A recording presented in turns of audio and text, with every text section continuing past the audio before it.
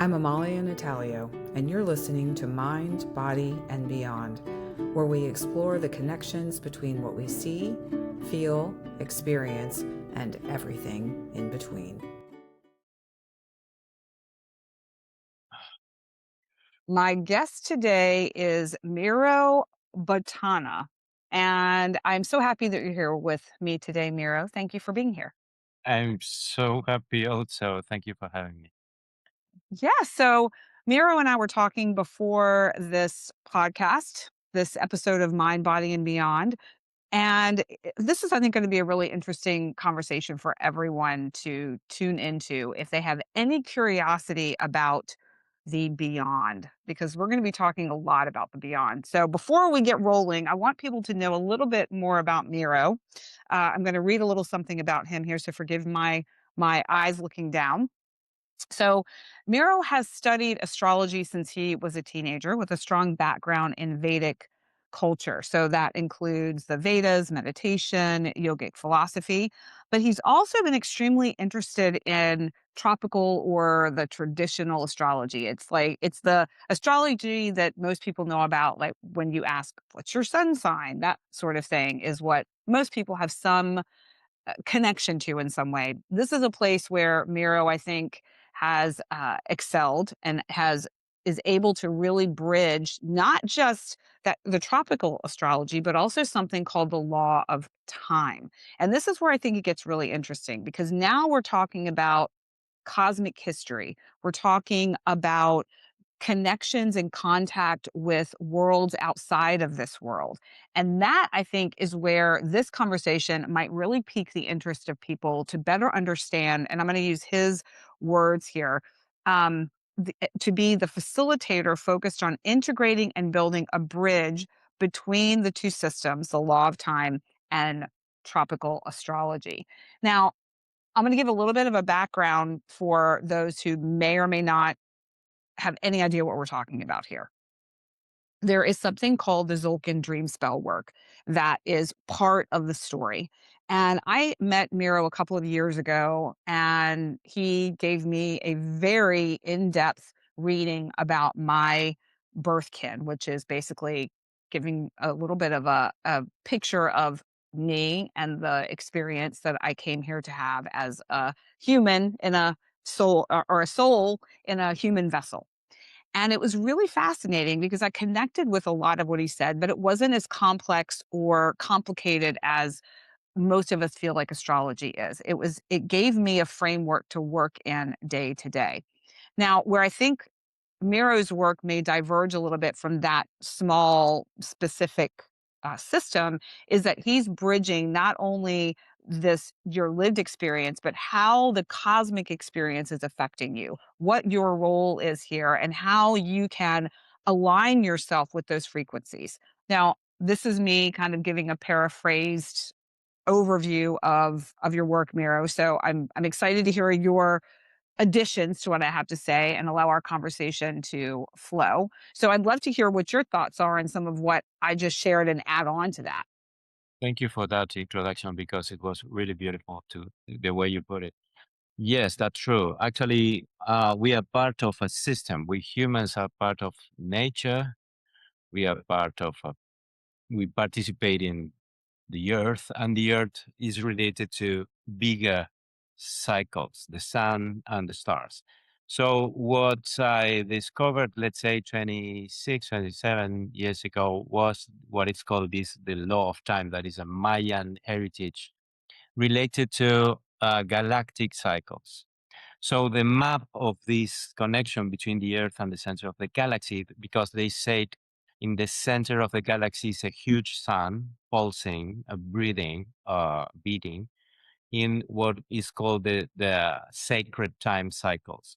The sacred time cycles are shaped, let's say, in the way of spirals of time, and of course are affecting in smaller scales like the sun and the earth, and of course we on earth.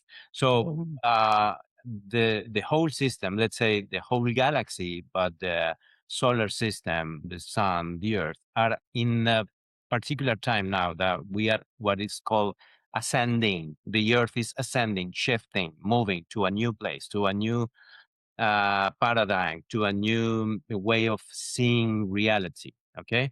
So that's why it was happening all these last, let's say, 30, 40, I don't know, 50 years with all these Eastern Buddhist or Indian, yogic, Vedic information that we all are much more familiar with, like meditating much more. We know what is yoga about. We know a lot of more about spirituality and meditation, or Buddhist people, or connected to India, or all that stuff, is because we are becoming more, let's say, subtle in some way. We are like learning to develop and read the codes of intuition. So this is a tool, what it's called the law of time, that was given to us for this particular time. So we received that on Earth. Was a particular moment, was called in 1987, was called the harmonic convergence. A lot of people working on the planet, anchoring this information, like channeling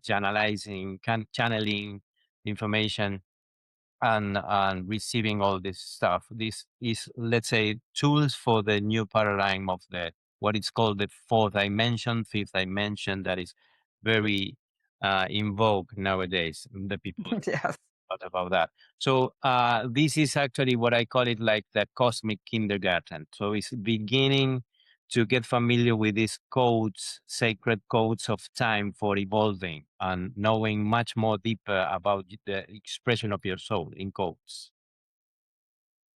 I love the concept of how the law of time was given kind of as a gift in a way to us for this specific time. And if we think about some of the astrology that's going on now too, with some of the different conjunctions and the retrogrades and planets in Aries at the same time, Saturn and Neptune is what I'm talking about here, that haven't happened for thousands of years. This is a really pivotal time to be alive. And I feel like everyone that's here right now has a role to play in the future of this planet, of humanity, and even the smallest things that we can do, the smallest actions that we take, or inactions in some case, can benefit or harm this really beautiful dynamic ecosystem that we live in. And I'm talking, when I say ecosystem, I mean the planet, the the living beings on the planet, humans, plants, animals, like all of us are in this very fragile place that while fragile is extremely resilient. And so the kind of like the butterfly effect, the small things that we can do. And I feel like understanding a little bit about what is available to us, our cosmic connections, our cosmic heritage, is a small piece of being able to really show up in our lives in a way that is full and aligned.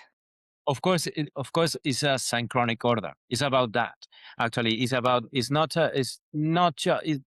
that's why I'm mentioning meditation. When we are learning about what's to meditate, is to think or to be conscious beyond opposite things, like karma things, like cause and consequence.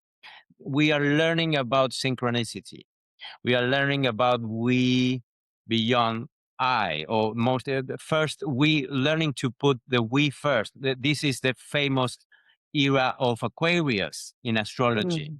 So era of Aquarius is more like a community connection, collective consciousness, connecting with a bigger pattern, a bigger picture. It's a lot about that. So we are in a synchronic uh, process, recognizing it. We are recognizing ourselves more and more. It's like a dormant things, awakening a dormant DNA, dormant memories. Is about that. So it's the two things happening at the same time. We are creating it, but at the same time we are receiving it. It's like a synchronic match of the galactic time pulsing, and we like a little seed growing or flowering at the same time, moving up and moving down. It's the encounter of the two. So that's a synchronic recognition. The synchronic, recognition. We can recognize the synchronic order. You and me speaking, interested or yes, matching our lives in somehow, your path and my path. So that's what is happening. The light and the seed connecting. So as soon as we are ascending, or we are receiving this information, or we are having this appetite for the new, what is coming, what's the next, what's evolution happening on Earth and nature and human consciousness. We are more like very similar to our ancestors, the caveman with iPhones, but we are very instinctive, fighting wars, appetite, conquering money, private property, and all that stuff is kind of still very primitive. So we are learning from the spiritual world, or from the synchronic or community or cosmic consciousness. We are learning a lot in real time. It's happening a lot in that place, in the new language of what we can call it, light or consciousness or evolution or whatever you want to call it. But let's say evolutionary consciousness, spiritual consciousness, or light and love and all that stuff, the Aquarius era of Aquarius. So it's these are tools for that. These are tools helping us, this kindergarten helping us to learn our purpose, our challenges, the way to empower ourselves, the way to interact in our relationship with other people. So it's like reconnecting with our purpose in this particular moment. I think that's When you were talking about uh, these synchronicities in a way. So when you're in synchronous time, when you have these energies that are coming together, and it's this kind of spiral, this flow that's happening. To me, a very simplistic way to give an example of that is even how we met. The fact is I live in the US, you live in Argentina. We would not necessarily have our physical paths crossed, but our energetic paths have crossed, and then ultimately our physical paths have crossed. To me, that synchronicity, all of the different events that had to happen for that energy to come together so that we could actually meet, I think that's, to me, kind of like the magic and a prime example of this energy. So if somebody is stumbling upon this, there's a reason why they have discovered this podcast. There's a reason why they have come into contact with you and with me. And I would love to be able to give them a basic idea or understanding of some of the tools. Like, what would you say would be the number one or two? Like, give us maybe a couple of tools that would be supportive of, first of all, understanding ourselves, and then being able to activate our innate gifts and talents within us so that we can be of benefit to the world around us. okay. Let's begin with the key idea of what you mentioned about the encounters of people like we. Is the key word is resonance. So because Yes. it's something that we are going to hear about that more and more about. That's resonance for me. That's resonant for me. We are going to resonate more and more and more. This is synchronic time happening in real time now. It's happening more and more. And we are entering into the AI algorithm era. So it's like predictive things happening. So we are accelerating the process of the synchronicities. Mhm. Like almost like the machine knowing what I need, proposing me to buy something. We are achieving almost like the the um, the light speed, at the light speed acceleration. We are achieving that infinite present moment in the synchronic order. So we are recognizing that. The first thing to about according to the tools, the first steps.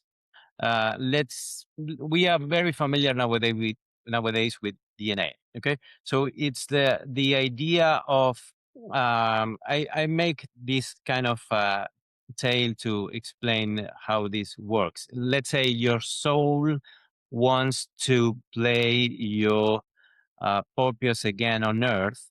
So you find 9 months before birthing, you make a contract with your parents, let's say, because they their DNA, physical DNA, and their karma or history in the family is perfectly matching with your spiritual purpose. So you're going to make a contract with your parents, let's say with your physical DNA.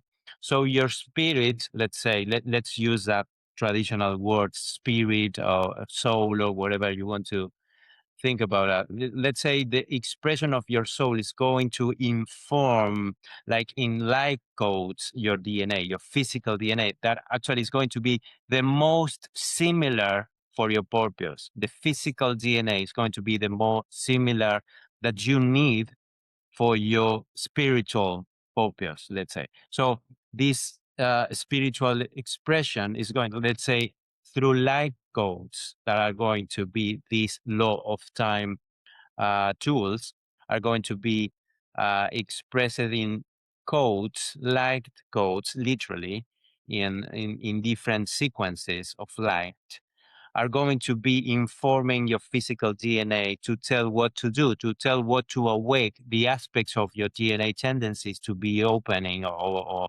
unfolding.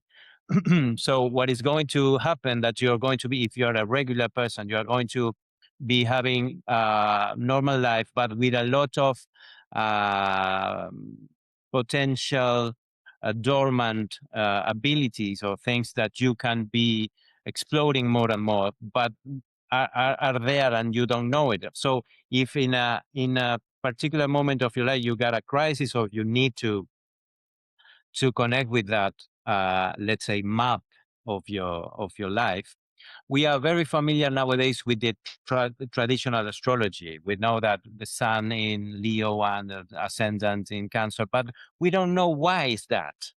We don't know why you got that. Well, I got this Leo ascendant or this moon in Taurus. Why is that? And it's deeper and deeper. Why I got the wound of Chiron wound. What is the meaning of Saturn together with Uranus now? What is Neptune? What is happening now with that? So we don't know. I know that I got the ability to speak, for example, because I got my sun in Gemini. But why is that? Why I got this ability to speak? What I was? There are so many Gemini in my tree, in my family. Why is that? Because I'm a facilitator helping people through my words. I'm helping people to be liberated through my words because that's my purpose. So I pick, let's say, I choose a family, the perfect family for me to develop my program or my purpose. So these codes are showing me what's my true map, my soul purpose. And you can see it in a sequence, a very simple sequence of 13 chambers that we can call it the life path. That actually is a representation of a spiral because one of the first thing we are reconnecting with is the sacred time is not a circular time. It's not a circle. It's a spiral. Everything is moving through spirals. Actually, that's the real way time moves. It's not an enclosed circle. That's not time. Time is moving through spirals into bigger or smaller spirals. So this 13 sequence, the Mayan law of time, is representing an elementary way to express this spiral or spiralized pattern showing you purpose and your challenge and your way of being liberated or empowered or related to other people. And it's everything there. It's like it's finding a microscope your DNA. So it's very beautiful when you recognize that because that's happening all the time with me, with all my clients every day. Like everyone is like saying, wow, that's why. Oh, okay, now I'm recognizing, I'm resonating with that a lot. Now I'm understanding that challenge in the past is beyond astrology. Through astrology, what you are seeing is, let's say, a photography, but it's not. It's more like it's like a mirror. It's like a representation of your challenges and your yes, your powers. Let's say your abilities.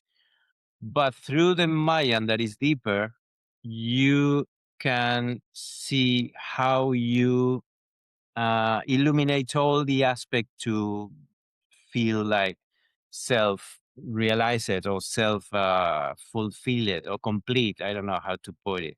To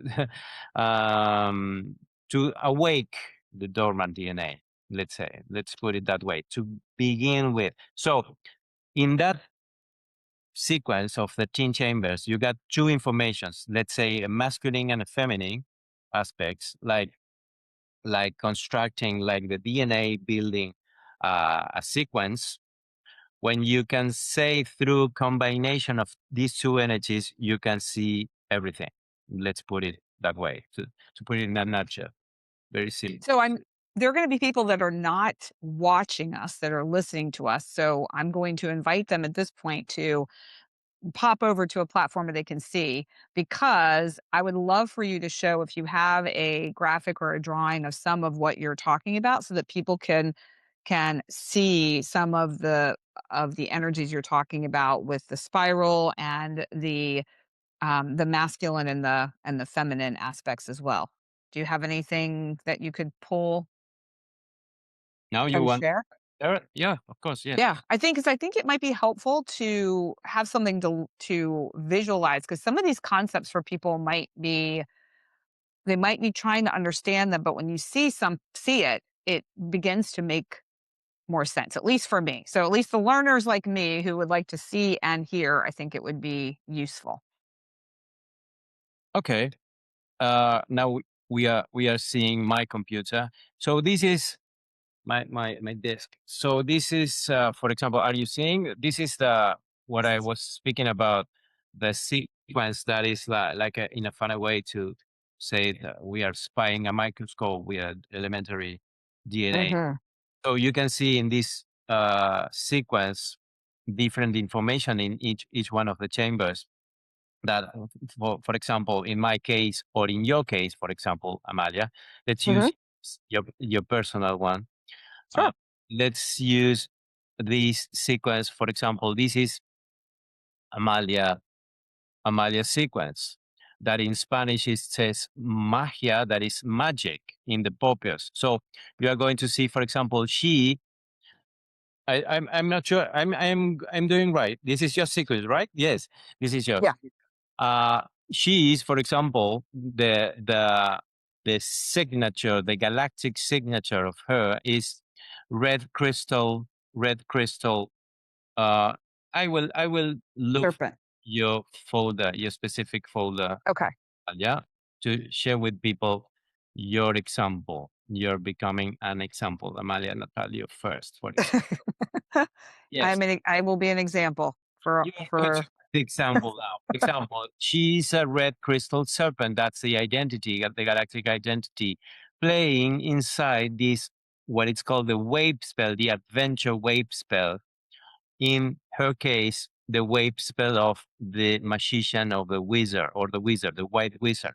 So you can see the characteristics of the serpent, or the crystal tone. For example, the crystal tone is a female energy. Crystal is about cooperation. A team is a very developed feminine energy, because crystal is between number 1 and number 13. Let's say about the frequencies, let's say about feminine energies.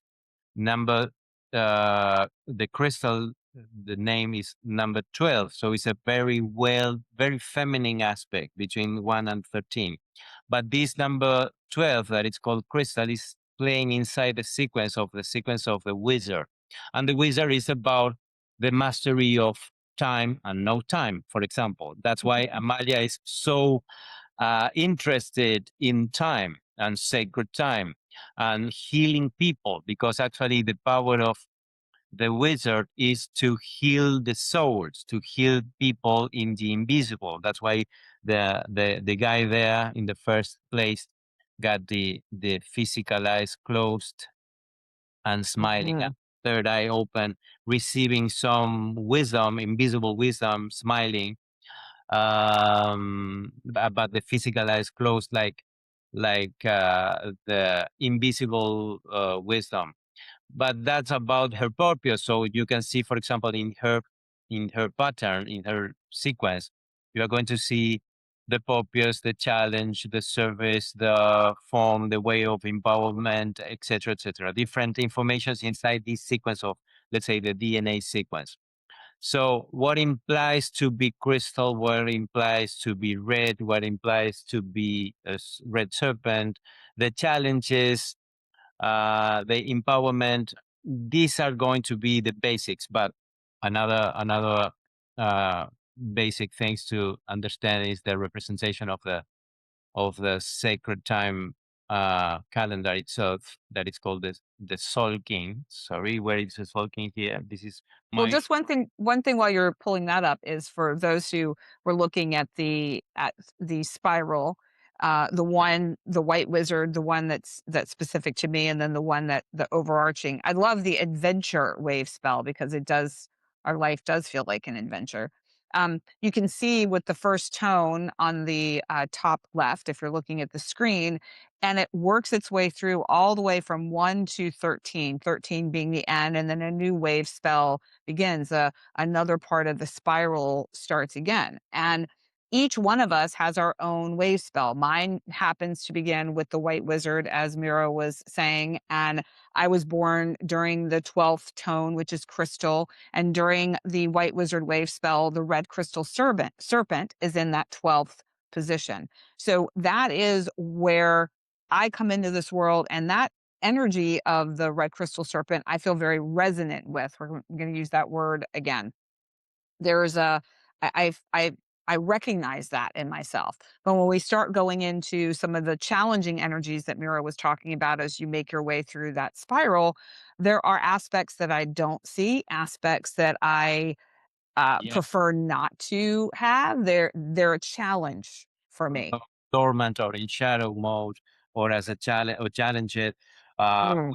we got the tendency to work with our challenges in relationships, attracting partners who are challenge us. Really, for sure. Italy is one of the yes, I'm being real. I mean, Oh, I'm laughing because it is. I mean, I wrote a book about a relationship challenge. I'm writing a second book about my second most significant relationship marriage. So I'm laughing because it is so very true for me specifically. I think it's really the foundation of my work and my mission, my purpose. yes, you are going to see. Here is everything. Actually, here, if you begin to understand this at the beginning, of course it's simpler because you got these archetypes, these colorful archetypes. The white wizard, the red serpent are going to be easy to begin with.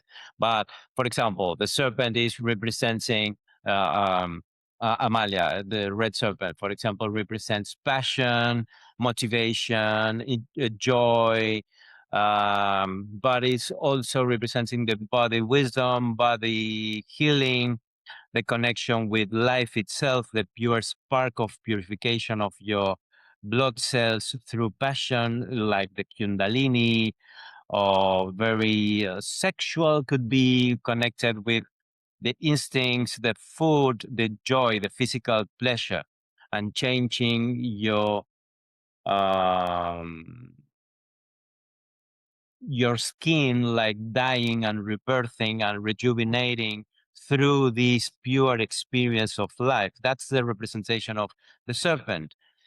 Um, for example, to begin with. Uh, but in the bottom of that is pure life itself. It's actually the pure sacred spark of life itself. Is the purification fire. Is the life itself. Is the connection with the purest manifestation of life itself. But and the top is going to be working a lot. The representation of could be sex, or could be appetite, or could be ambition, or could be surviving mode, or could be sports or yoga asanas, or could be yes, working 24 hours of the day, like working too much, because the serpents are very passionate, for example. But actually is the connection with life in the purest way. So you got different layers of interpretation, the easier at the beginning, or the higher, or the more spiritual when you dive into those. And of course you can be playing your instrument in the wrong way. Your instrument could be out of tune. So for example, the serpent out of tune could be being disconnected from your passions, or being disconnected from your body, your physical body, or disconnected from sexuality or your ambitions. You could be losing your passion, or you could. So you are going to see how these interactions between all your aspects inside you at the beginning of this are going to be easy to understand.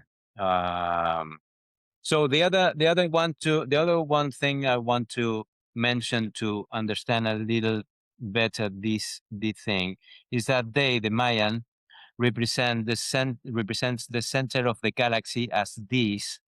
This is called Hunapku, that is like the big central sun, big central heart of the galaxy, pulsing, beating. This is the representation, very similar to the yin and yang drawing. And if you can see, this representation got these oblique lines. And if you put it here, you're going to see in the wave spell, in the adventure wave spell, you're going to see how these lines are going to be pointing to these corners, the bigger corners. So these corners are going to be, for example, empowerment energies or evolutionary energies for you.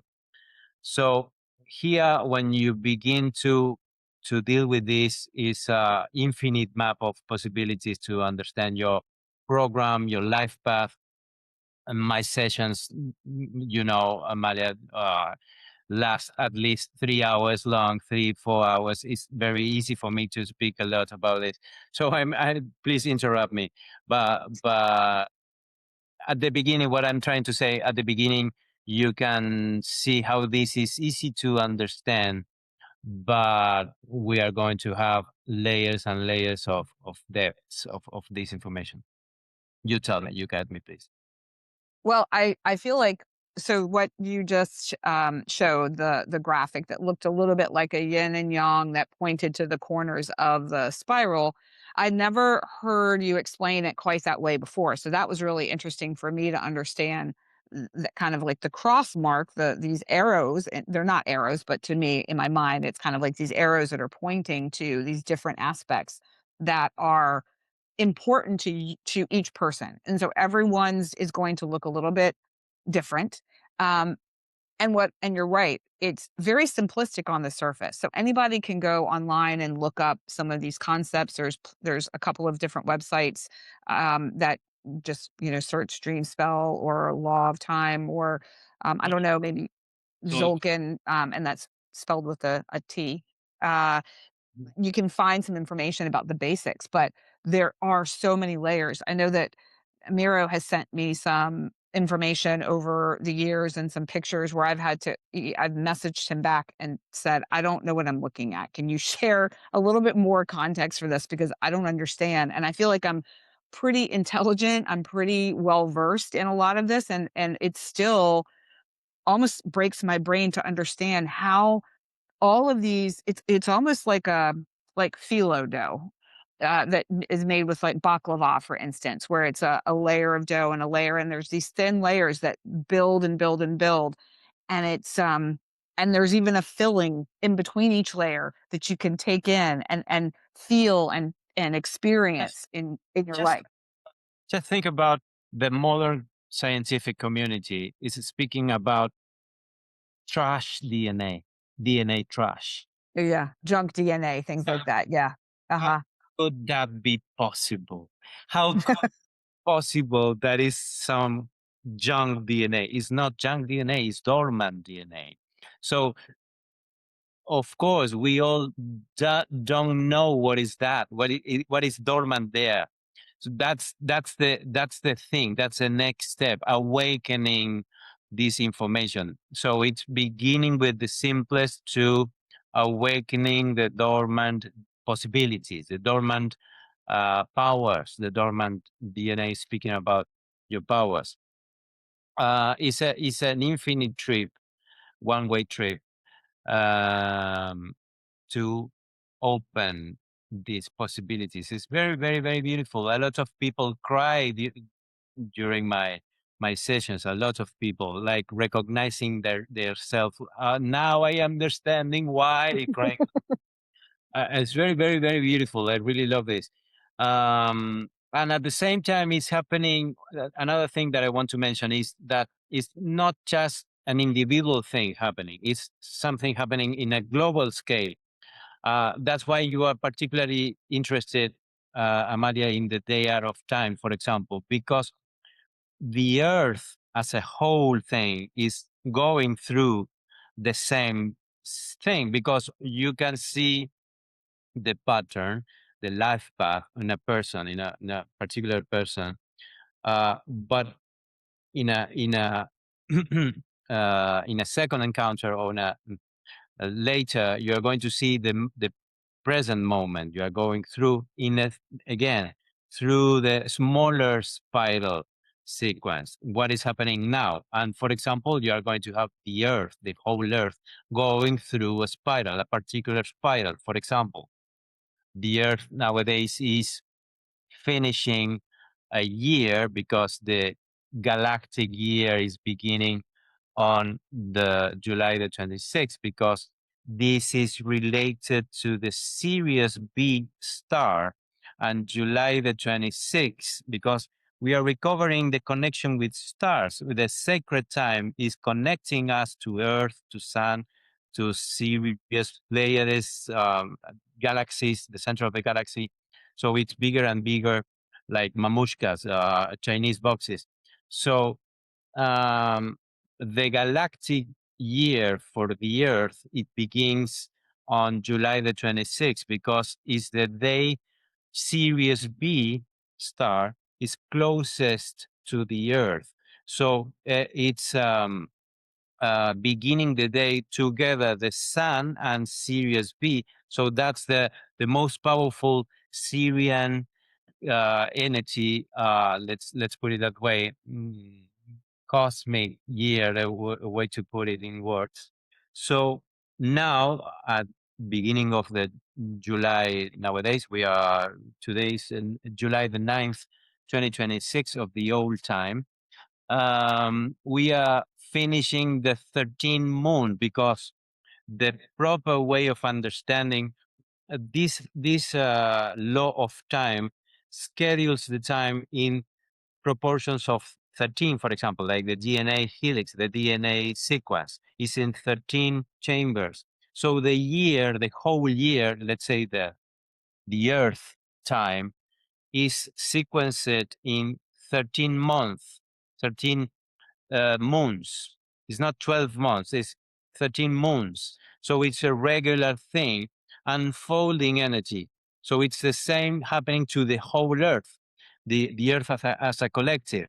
So we are finishing now as a year, a galactic year of 13 moons, because we are finishing the 13 moon of a sequence. And from the July the 26th, we are beginning the new year, the new solar reign of 13 moons. So we are connecting scales, the personal scale, the life path, the particular moment we are going through in an individual way, and the earth path and the galactic path. So there are a lot of infinite way of connecting all the yes, the informations. You tell me, because I think you are interested in time particularly. That's the purpose of the wizard, of the shaman. Time, no time. that's the most powerful energy inside Amalia for the audience. The sacred time slash no time power, the invisible way to play with time. Well, yes, I am fascinated by it. I know Miro and I have had a couple of conversations about the day out of time. He's not as excited about it. It doesn't have the same impact on him as it does for me. But I will say this. So this is kind of the way I've thought about it is there are 365 days in the Gregorian calendar that most of us live by. The circle. Yes. Miro is giving a From little, the sun. Yes, the edge. yes. It's a solar go- cycle. Yes. And this is basically 13 moon cycles that are 28 days each. And for women, if we think about our moon cycle, it's 28 days. So it all to me makes sense. It's bridging that beyond and the body here, showing the connection.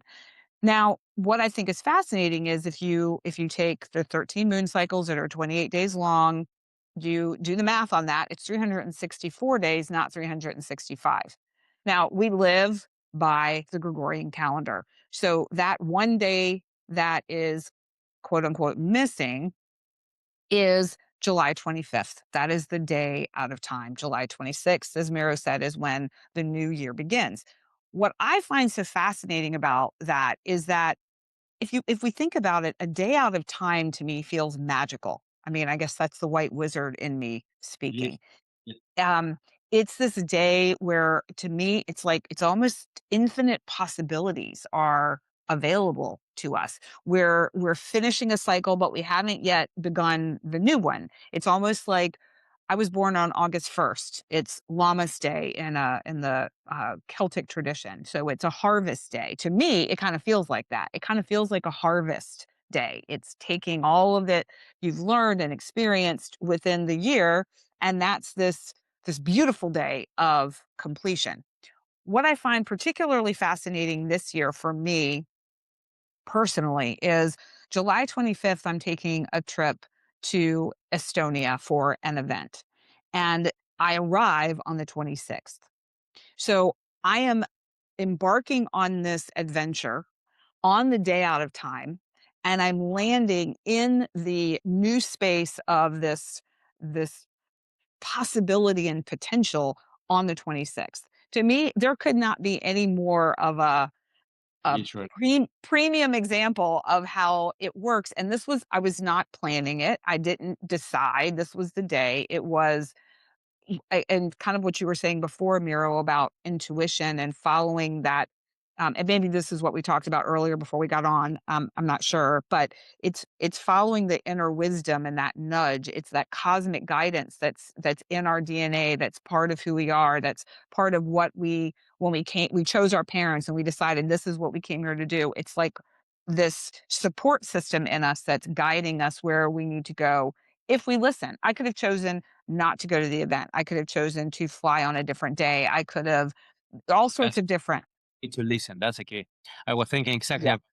I was thinking exactly about that. The ability to clean the sponge, how the way I say it, to recognize the signs, to recognize these messages, subtle messages. The Mayan speaks about the subuya. The subuya is the intuition, is the way you read reality in an invisible way. You can read the signs.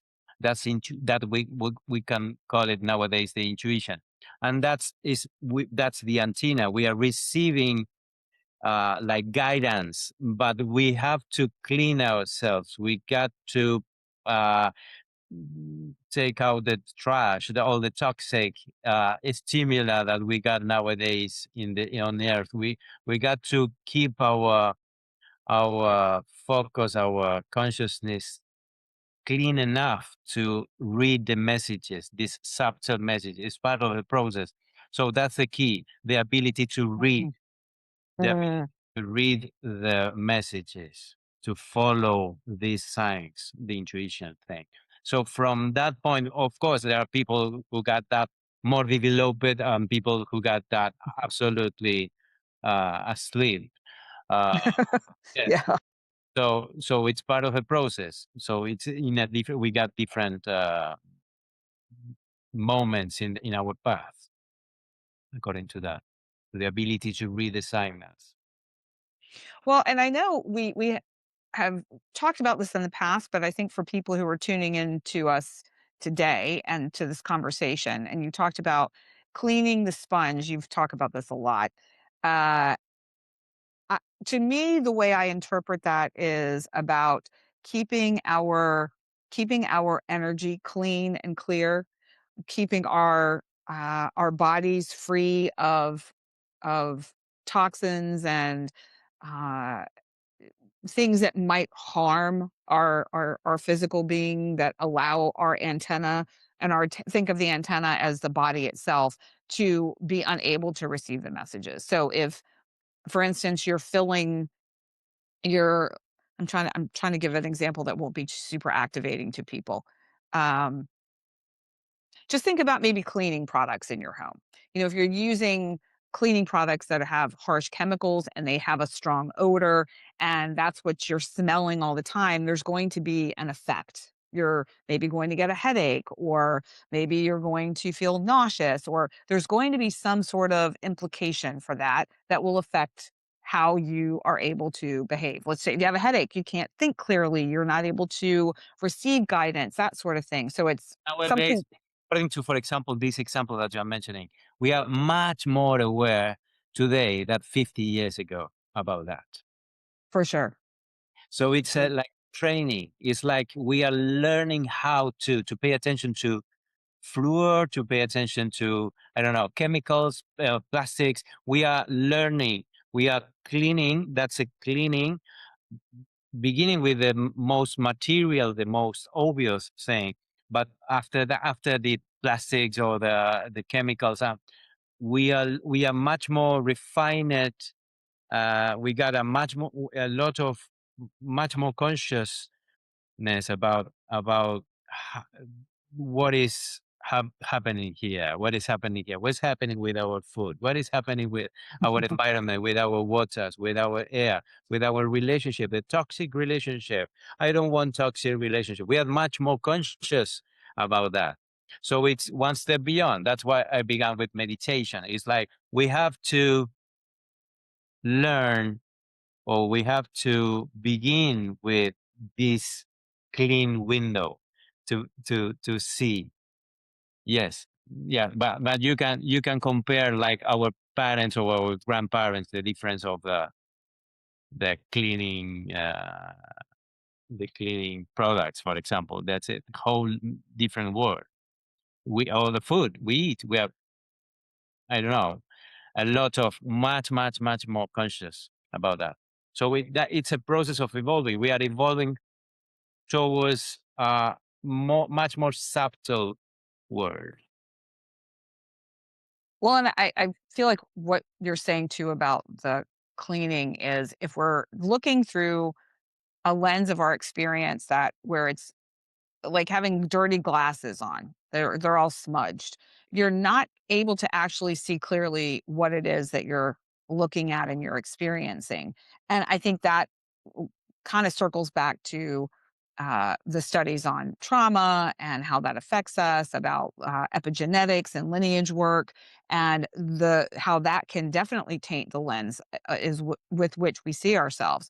I think this work is really impactful and helpful, or any sort of spiritual scientific study that we can do about ourselves, to learn more about ourselves, to be able to actually see ourselves clearly. And that's the more bright, shiny aspects, the ones that we really love about ourselves, and then the ones that aren't so bright and shiny, the ones that we'd rather keep tucked away and not look at. I think they're all important for us to see and integrate in our lives. And some of the most difficult parts of myself, the challenging parts of myself to deal with, have been some of the most impactful for my growth, for my work, for how I've learned about myself, how I show up in relationships, how I show up as a mother, as a friend.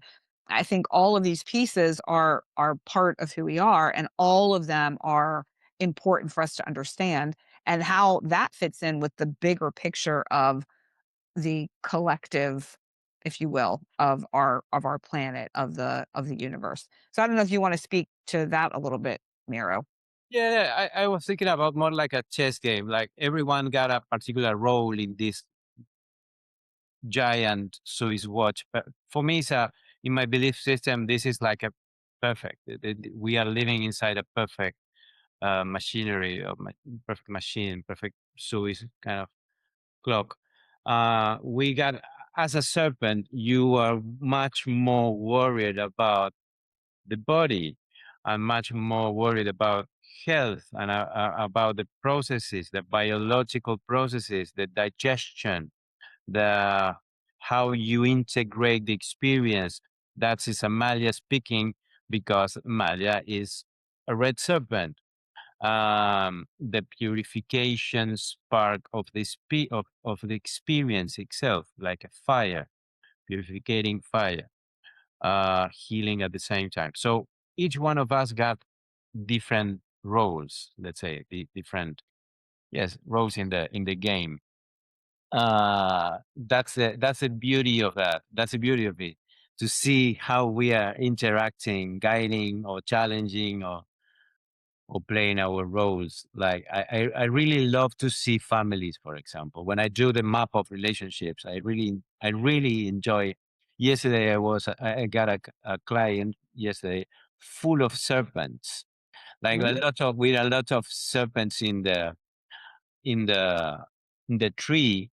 They were fighting like eight siblings fighting for a heritage with a lot of money happening there. And they are fighting because the one of the shadows of the serpent, for example, is ambitious is ambition. So they were like fighting between all them. And my client was very spiritual person, um, uh, understanding the proper use of the serpent energy. Was like, I will enjoy. She was like smoking, very stressed about Mm. the situation with the siblings, about the heritage, the money, and I reconnected her to her serpent, like understanding how to taste the learning or enjoy the learning, enjoy the experience. And she was like detaching from the all this too much passion, too much ambition, too much drive or wanting to. So it's beautiful to see how we are relating each other in this game, in this big game. We are learning from each other in playing in our specific role. I don't know if What it's related to what you were interested in speaking about. Well, I mean, I think it highlights the fact that I play a role. I'm a particular player on the chessboard of life, and you are as well. And so without you, she may not have been able to get to a place where she could detach from the drama Exactly. and the power struggle of what was happening within her family. Literally, Pluto in the eighth house was about power struggling with heritage. The eighth house for astrologists is related to inheritance, money, and Pluto, Uh-huh. yeah, like power struggling. So she was like being drawn by the eighth house. So I was telling to her, because you already mentioned about my work, but I can see how this galactic big cycle is expressing through this traditional Western astrology. So you can see in the bigger picture what is really happening, what is the sequence you are going these last years, the following years, in the bigger picture. So you can see in the astrological chart what is happening now in the solar return, the transit, or your chart, the astrological charts. So she was like fighting with this uh, power struggling, was taking her life. Actually, she was smoking a lot, like feeling drawn by this energy, like the eighth house was like devouring her. So today she texts me, thanking me for liberating her. So so so it's that kind of dynamics when you are able to see, when you are brave enough to face the maps and you see the program running, what is there. It's beautiful at the beginning to recognize, but from that point you got to get responsibility. Today is the day of responsibility. Today is human seal number 4. That is, I am responsible of my freedom. Today's energy. So we can speak about the responsibility to take our decisions once we are able to see the maps, and we got this human free will, free decision ability, and that makes us responsible. And that's the other part, the second part. At the beginning you resonate with this, with the information, or you just like a child, like wow, this is mind-blowing, I recognize this, I resonate with this. But the second part is, okay, I got to make responsible about this information. I will be using these tools, like the serpent, the wizard, the warrior, liberating warriors. So that's the other part. It's getting more and more interesting. I'm super passionate about it, but it's I really love to dive more and more and more in all the layers of the the food you mentioned, the Arabic food you mentioned, the layers Oh, of baklava. the Baklava. baklava, infinite baklava layers. Yes, but it's kind of infinite, but I really love it. But the thing that I enjoy the most is the people, like making this click, like wow, yes, now I understood it. Like yesterday, women, for example, it was exactly that, like was trapped into the power struggling dynamics. And the moment she detached it was like, wow, now I'm recognizing that my my direction is there, not here. So it was a complete change of the prism. And I really like that. I really love to see when the people can uh, recognize a new thing in the maps. I'm passionate about the maps and about showing people things. I manifest. In my manifestation chamber myself in my pattern. I got the eagle that is manifesting vision, manifesting the vision. I'm giving vision to people. Look, see, you can see here. You are about to become, you to begin the year, your next birthday, Amalia, is a whole new cycle, and you are going to be incarnating an eagle. So the eagle for your public, for your audience, is about the showing people visions. Is very related to this Aquarius kind of consciousness, the community participation, commitment, showing people tools, solutions in the form of visions. So you're about to begin a whole new chapter of your life. And I got that in my, let's say, manifestation. I manifest these visions to people to see. Oh, now I can see. I really love that. Sorry, I was too loud. No, that's great. I think you brought up a few things I think are important to highlight. And one is having people understand about who they are, the kind of the surface part, and then maybe even touching in on aspects of them that they weren't completely consciously aware of. And they go, oh, wow, yeah, that feels amazing. That's incredible. Yeah. And then you have the responsibility part, like you mentioned, like your client yesterday, who on some level recognized that she needed to take responsibility for her role in whatever was happening within her family unit, and was able to pull herself out of it and not get sucked into the chaos of what that was. And I think that's the beauty of this work and this pathway and what you bring to the people that you work with, because sometimes we're not able to see that. And this work may not be for everyone that sees this, but this work could very well be exactly what somebody needs to help them see themselves more clearly and to find a way to not get caught up in the chaos that's around them, because that's part of what they're learning about themselves, what they're learning to no longer be a part of. I also feel like that shifts the lineage. I I cannot imagine being in a family full of serpents. That would be very difficult because I know I'm not necessarily the easiest person in some regards. Like I feel things so intensely. There's an intensity to it, and That's it. passion. Passion. That's it. Yes, one of the most beautiful compliments that I love to receive is how liberating is this. That's the most beautiful compliment that I like to receive. When I see the people feeling liberated, uh, Mhm. and of course, serpent is about the serpent know nothing about detachment. It's about everything. It's about pure passion. So yes, was a lot of dynamic power struggling there happening.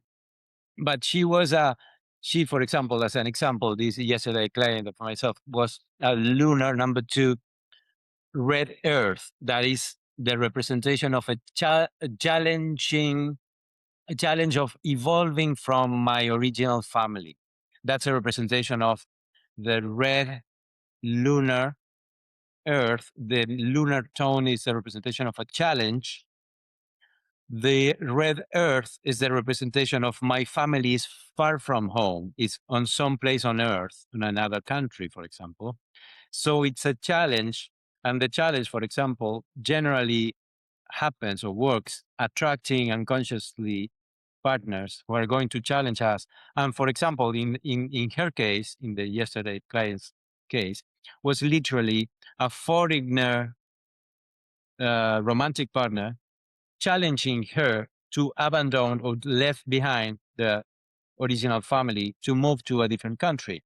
So Mm. it incarnated literally the challenge of evolving far from the original family and was representing again yesterday in this struggling, the power struggling Pluto in the eighth house with a trap, with a illusion.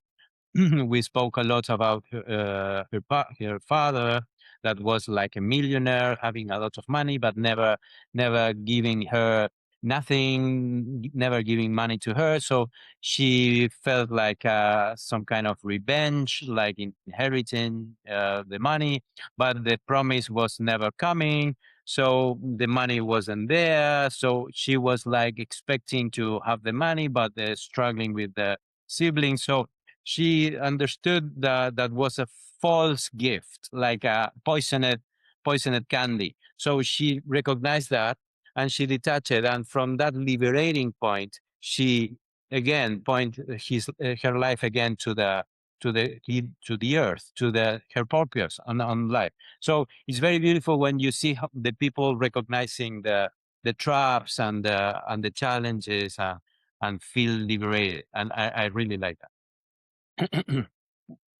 I can relate to some of what you were saying too with my particular kin, which is the red serpent. But then the opposite of that, kind of the place where I struggle is the blue eagle. The eagle, think about it from the eagle looks from a higher vantage point, the snake is on the ground. And I feel like I do a pretty good job of toggling between the two, even though the higher vantage point view is a little bit more difficult for me to do because I feel the present moment so strongly. I'm so into that. It's like right here in my face. There's no escaping it, and I feel it intensely. So it's hard to pull myself out of that and look from above. And I think it's really fun and funny when your physical world manifests and creates exactly what it is you need. Where I was looking for a home last year that was on the ground. I wanted to have a house that was on one level so that I could touch the earth, so that I could be connected to the ground. And what I ended up in is a penthouse condo where I am 18 floors above the ground and I can see this vastness all around me. And I chuckled when Mero shared with me that I'm embarking on this time of the Blue Eagle because that's exactly what that is. It's about seeing things from this higher vantage point. And so I encourage people, if they're curious about this, to do a little research on their own, to reach out to Miro and have him pull some pieces out and pull on some threads and weave it together with you to help you maybe see these aspects of your life that might actually be very much in tune with this work that you had no idea. And maybe there was something that you were drawn to that you don't understand. Like there's some aspect of your life that isn't clicking. It's not quite making sense. And this might be the exact wisdom and information that you need. And I think Miro is one of the most beautiful wisdom keepers and wisdom transmitters of this, because there's a there's a softness and a gentleness with the work that you do, Miro, and it's non-judgmental. I mean, I've shared a lot of very intimate details of my life with him, and I've never once felt judged or like he would think less of me or any of that. And we're friends outside of the work as well. So there's that connection that exists beyond the client, the facilitator relationship. So Look, you're in the Maya, and the warrior is very severe. Got like my sun conjunction. I am a warrior for people who know to know. I am a warrior. The warrior is very related to Saturn. I am in astrology. I am Sun conjunction Saturn, and from the sequence of the skull death, and I got my Moon conjunction Pluto. So whew, I am yes, I kind of yeah. I got this Saturn Pluto as I am a very serious person. Yesterday, for example, I was at this sequence. I told you this session that I have for 4 hours long with this girl, and was almost like fighting at the end. Was it with her? But was very because the two of us was very passionate, and today was everything was love, everything was thank you, thank you, thank you. I feel liberated, but because I'm very serious about this, and I'm trying to like help people in the strongest way, in the more Saturn is about rigorosity, like challenging way, serious way, responsible way, and Pluto is surrender or die, surrender, transform yourself. You are invited to not be afraid of let go and detach and all this stuff. I got a lot of that in myself. So yes, I never judging people. By the contrary, I'm kind of somehow biased, but like going very deep with people. Generally, people that knows me knows that I go uh, quite deep yes. with issues to untie the the ribbons. I don't know how to say it exactly. You know what I mean? But to to yes, to unfold the traps. The yesterday was very graphic with this poisoned candy. Was really that was the key when she understood that she was expecting as a poisoned candy, and when the moment she understood that was that liberating for her. She was drowning her health in that expectation, this false gift. So it's not nothing. Yeah, I'm just saying that I'm quite like obsessive. My occult energy is so I'm very related to serpent energy. I'm kind of obsessive with my work. Well, I think it's interesting too, you bring up the poison candy, because I feel like that's kind of the time that we're living in too, that we're all being shown this, here, have this candy, and it's not what we think it is.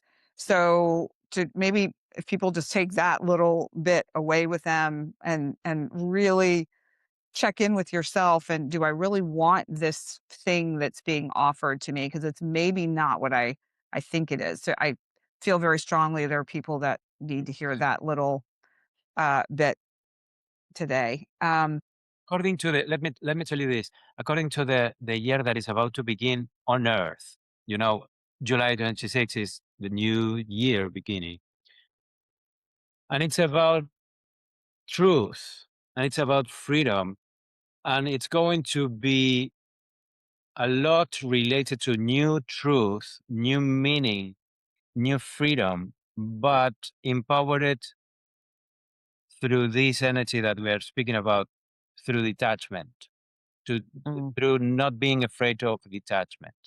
So it's going to be a particular, for me, I think it's going to be a super beautiful year that is, of course, it's going to begin on July.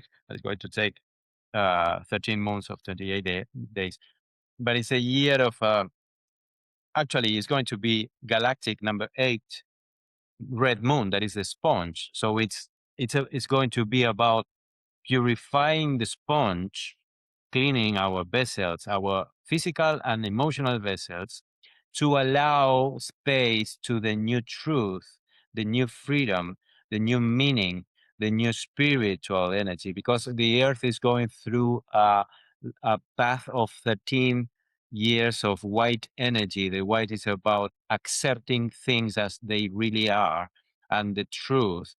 And this particular year that is about to begin is going to bring a lot of new truth. And you can see through Uranus in Gemini, for Gemini, for example, is happening with about new truth in capital letters, new meanings, new freedom, and with the no fear of detachments. It's going to be very, very, very present. So the three things that we are speaking about, the cleaning of the sponge and the new truth and freedom, comes with this, let's say, rejection of the poisoned candy. Let's put it that way. Let's say, I am aware that you are giving me a false gift, so I will reject it. I reject it because it's not there. It's an illusion. So that's the detachment, empowerment that we are going to learn to play this year. Is about to be. Yeah, I like the way you described that. I think that's a takeaway that people could hold on to and carry with them through this year. It's just very simplified, and I see that what you're offering me is an illusion. So I'm going to say no, thank you, and look elsewhere. Keep walking, keep moving, Being check afraid. in with myself. Yes, not being afraid of doing that. Recognizing that that's why it's so important to keep the sponge clean, to be sensitive enough to be able to read. That's intuition. That you can cheat. You can, I don't know, read. You can misread intuition. So that's why it's so important. So it's going to be particularly important the year we are about to begin, to clean the sponges, the emotional sponges, the vessels, purify our lives. We are in a process of accepting things as they really are.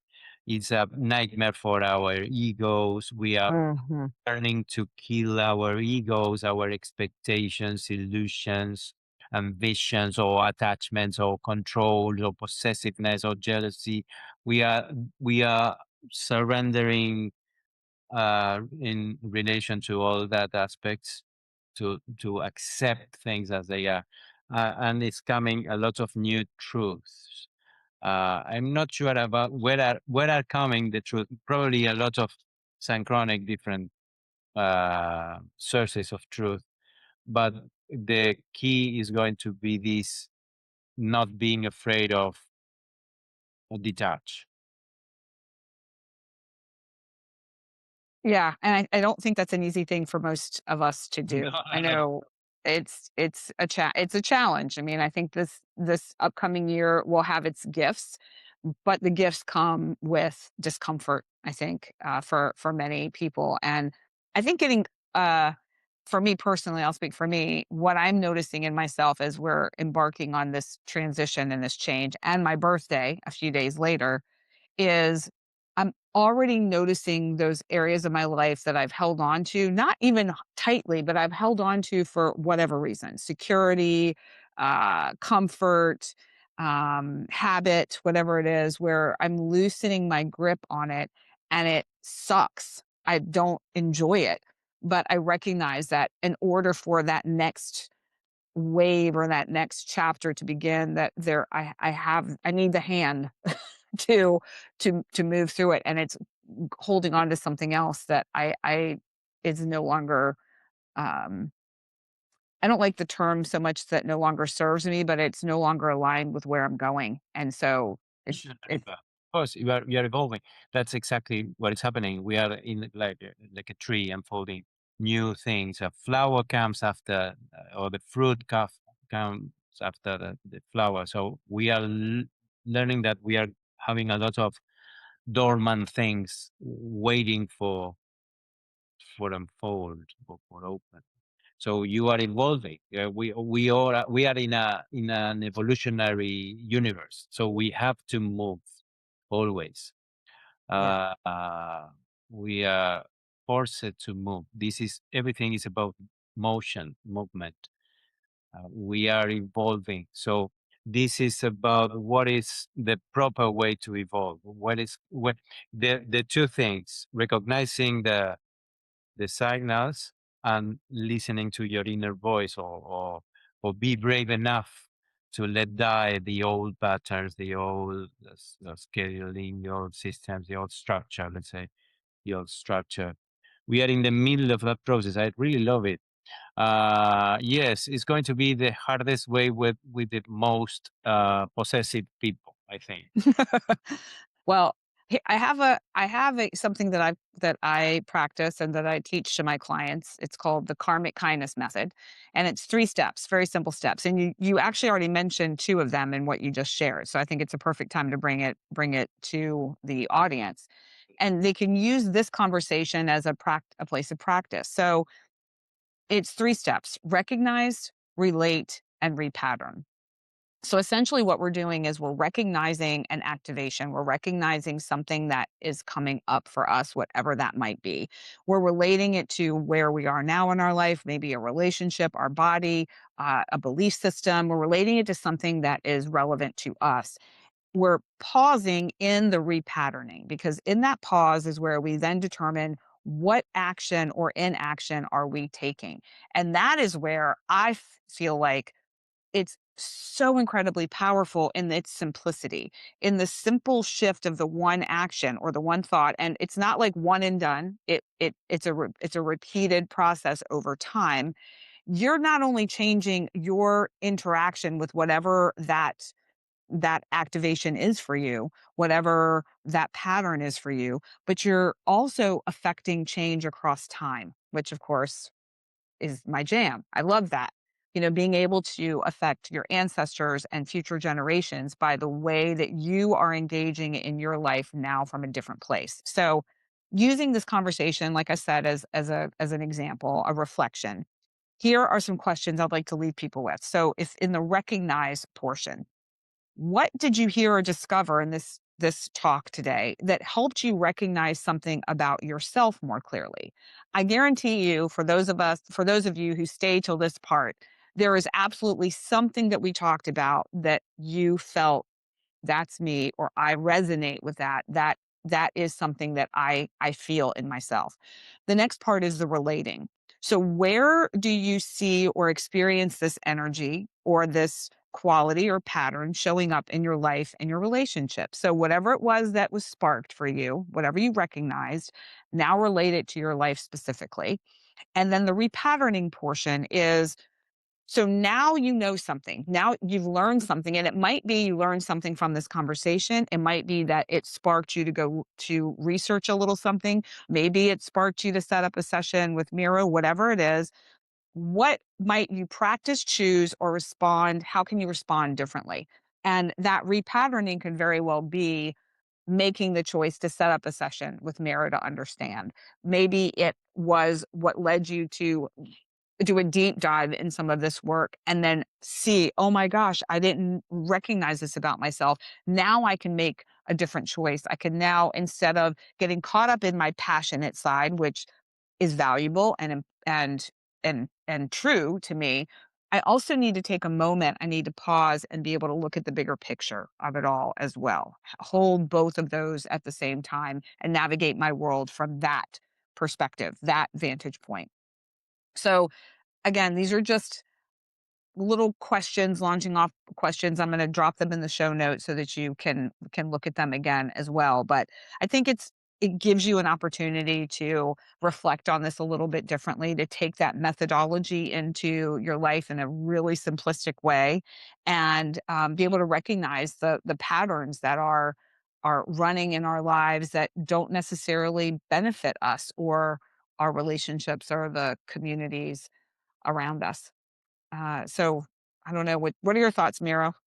I was thinking about the word digesting the experience. I always keep in my mind the archetype, the serpent, and all this stuff. So it's like the way to digest the experience, to metabolize, to to integrate in your system, Mm. your life, in your body, the experience, to metabolize or digest. I was thinking about that.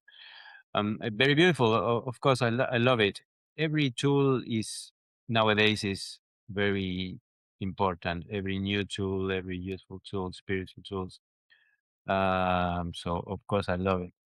I think it's another thing that I'm seeing myself speaking with my clients all the time is about like the cleaning of the sponge. I'm seeing myself speaking a lot about looking for your tribe of warriors or intelligent, resonating, great people. So it's happening. It's about synchronicity more and more and more and more. So we are all of us bringing new techniques and tools to help each other. This is the crystal part of the serpent, like sharing in a cooperative way, collaborative way. Share together our tools, our yes, our tools. Um, Well, something I say all the time is we learn from one another.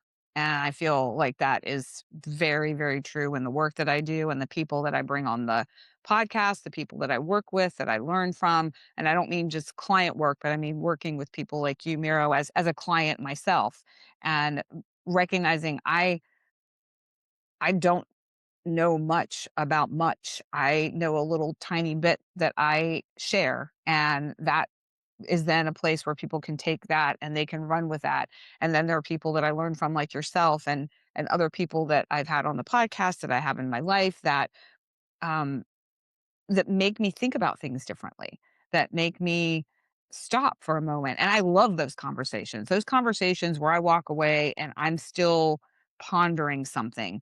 Those are, to me, is that's the juice of life. When I walk away from um an interaction. I know when I had my session with you about my solar return, Miro, and there were a couple of aspects that were there was a lot of different interpretations around it, and you sent me a voice note a day or two later about it, and I still am sitting with it because I'm still not quite sure how it's landing for me, because I think it had to do with Pluto and the moon, and it felt very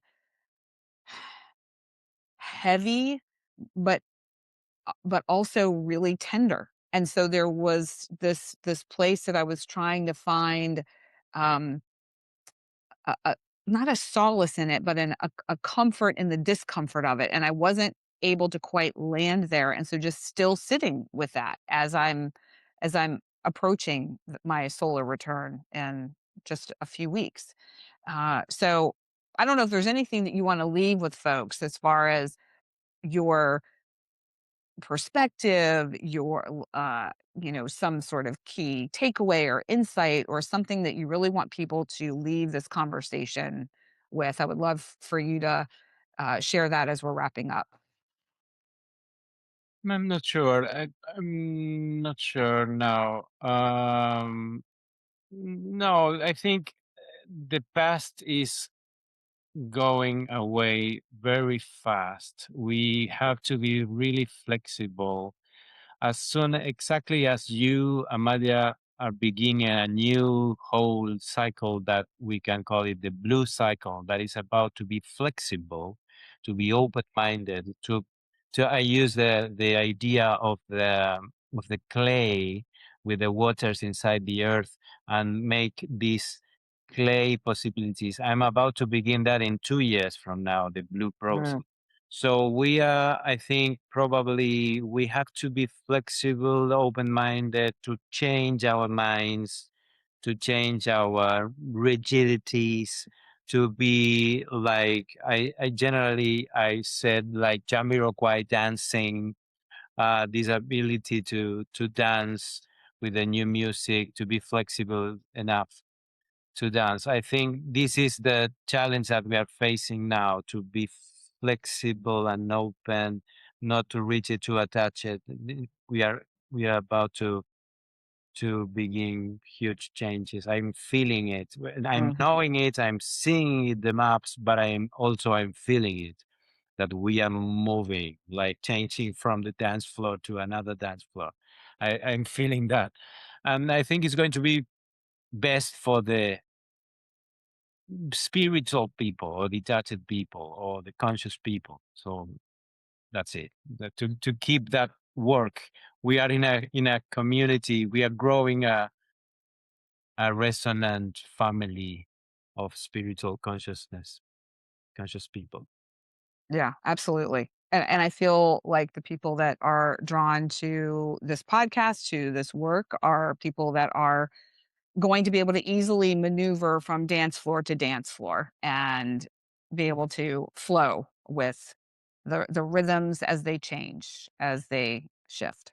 So let me thank you really from the bottom of my heart, because I really love to be resonating with people around the globe. It was a miracle for me 3, 4 years ago when I began to be in contact with different peoples in from Africa to India to Vietnam to Australia, UK, and a lot of people in USA. So for me, it's like crazy, but at the same time, got a lot of meaning because it's like resonating. So I thank you for keeping this friendship, let's say, between us, like sharing this love and tools and support. Thank you. Oh, thank you, Miro. I feel the same way for sure. It's just super cool to be living in this time. Speaking of time. So if anyone wants to get in touch with Miro to set up a session, it's Law of Time Miro at proton.me. Is that correct? That's correct. Yes. Okay. So shoot him an email, let him know that you found him on the show, either mention my name or Mind, Body, and Beyond, and he will offer you a little special discount for a session. I will tell you the sessions are rich and robust. He does record them, so don't feel like you have to frantically take notes to absorb it all. There's a lot of information. I think the key piece I want to have people take away for those who do end up getting a session is that when you're in the session, write down the things that really you feel that you just there's something about it that feels resonant and important in that moment. Those are going to be the kind of your key takeaways, and then go back and listen to the session again multiple times. And you'll find even throughout the year, I will sometimes go back and listen, and there will be a nugget that I missed or some part of it where it I get the message at the exact right time. And so it's not like this you have one session and then that's it. It's something that can support you throughout the year. And I think that's really, really helpful. What else also would be helpful is if anyone finds that this podcast has been resonant for them in some way, has touched them, if they know somebody that would be interested in learning more about this, or you're just got this little nudge that says, send this to this friend or this family member, follow the nudge, and we would really appreciate you sharing it, because the reason we're doing this is to get more people in the vibe and the resonance of this work so that we can make a bigger impact and really continue to grow and love and support each other on this wild ride that we're on called life on earth right now. So we thank you very much for joining us on this episode with Mero Botana.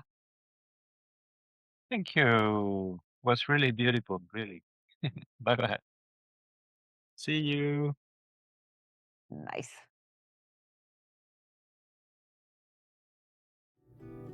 Thank you for joining me for this episode of Mind, Body, and Beyond. We learn from one another, one relational moment at a time.